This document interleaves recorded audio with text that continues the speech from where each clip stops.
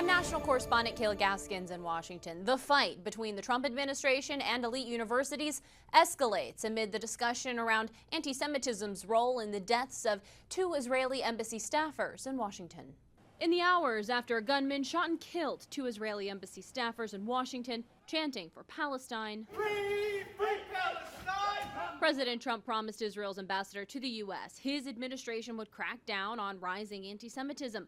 The White House starting at a place many, including Harvard Law professor Alan Dershowitz, argue is the root of the problem: elite college campuses and protests dominating those institutions since October 7th. Look, Harvard has done some terrible, terrible things. It has not only tolerated anti-Semitism, it has actually fomented it by some of its curriculum, and it bears some indirect, but some responsibility for what happened in Washington, D.C. Harvard bears a lot of responsibility for the demise of education in America and the substitution of propaganda. On Thursday evening, the Department of Health and Human Services found Columbia University violated civil rights law by acting with deliberate indifference towards harassment of Jewish students. Also Thursday, the Department of Homeland Security issued an order effective immediately banning international students from attending Harvard. Then you see those same people picketing and screaming at the United States and screaming at, they're anti-Semitic or they're something.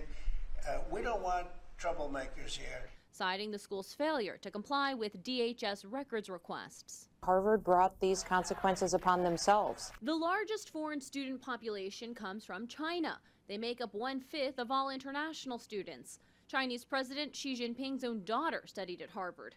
Reacting to the ban, the Chinese government says this will only damage the U.S. On Friday, an Obama-appointed federal judge issued a temporary block on the Harvard ban taking effect.